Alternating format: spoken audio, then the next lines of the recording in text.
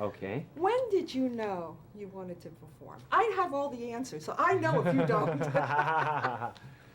I've always known that I wanted to perform, you know, since I was a little tiny kid. I mean, I think I looked up at my father at a certain point and I saw him scoring heavily in the room, you know. He was a very funny guy and he was a sax clarinet player but he had this tremendous sense of humor and an amazing ability to tell a story and to become the characters and to be animated and you know, my whole life I looked at him like, wow, he was a special effect, you know?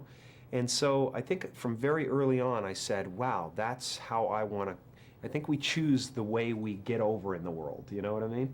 We choose the way we communicate in the world, and I just looked at that and I went, that's a good way. Wow, I like that. He gets all the laughs, and that's a good thing. That sounds great, but in reality, a lot of times what we choose to do, we don't get to do. Mm-hmm.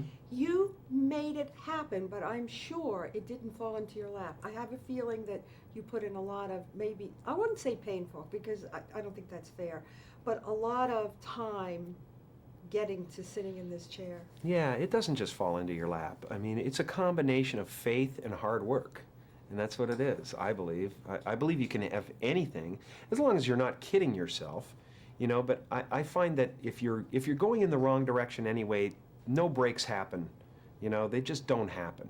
You kind of know if you're on the right path because people tell you, you know, they go, you know, hey man, you really helped, you know, that was beautiful what you just did there. You hear the vibes, you know, people have an innate sense of whether they're on the beam or not, you know, they just don't listen to it all the time.